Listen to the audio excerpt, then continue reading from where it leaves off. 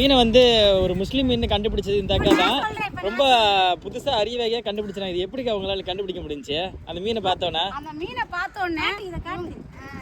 மீனை பார்த்தோன்னே இது நம்ம ஒரு ஜாதி, எல்லா மீன்களிலும் நம்ம மனுஷனுக்குள்ள எப்படி ஒரு ஜாதி இருக்கோமோ அதே மாதிரி மீன்கள்லையும் ஒரு ஜாதி இருக்குன்னு நம்ம இதை பார்த்தோன்னே இது பாருங்க உங்களா மாதிரி இருக்கு பாருங்க. இது எப்படி கண்டுபிடிச்சிங்க அந்த மீனை பார்த்து?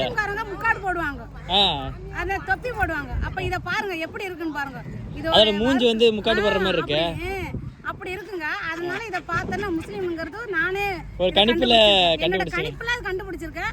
அது உண்மையாவே அரபி நாட்டுல வந்து இப்ராஹிம் சொல்லிட்டு ஒரு பேர் வச்சிருக்காங்க.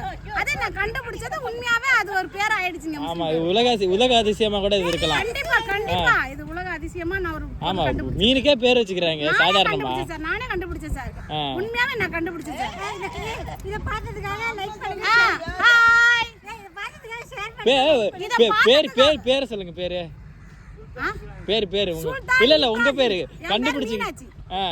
மீனாட்சின்றவங்க இந்த மீனோட பேரை கண்டுபிடிச்சிக்கிறாங்க. சுல்தான் இப்ராஹிம். கடல்ல முஸ்லிம் மீனா இந்த மீன் தான். ஆமா சார், என்ன யாருமே கண்டுபிடிக்கல சார், உண்மையாவே நான் தான் சார் கண்டுபிடிச்சிருக்கேன். கை தட்டுங்க. இத கண்டுபிடிச்சதுக்கு நீங்க ஷேர் பண்ணுங்க. அப்புறம் என்ன சொல்றது, தக்க தன்மான இதா இருந்தா கொடுங்க. ஐயா அதெல்லாம் தக்க தன்மான வேணாம், சப்ஸ்கிரைப் பண்ணுங்க, கமெண்ட் பண்ணுங்க. ஹாய்.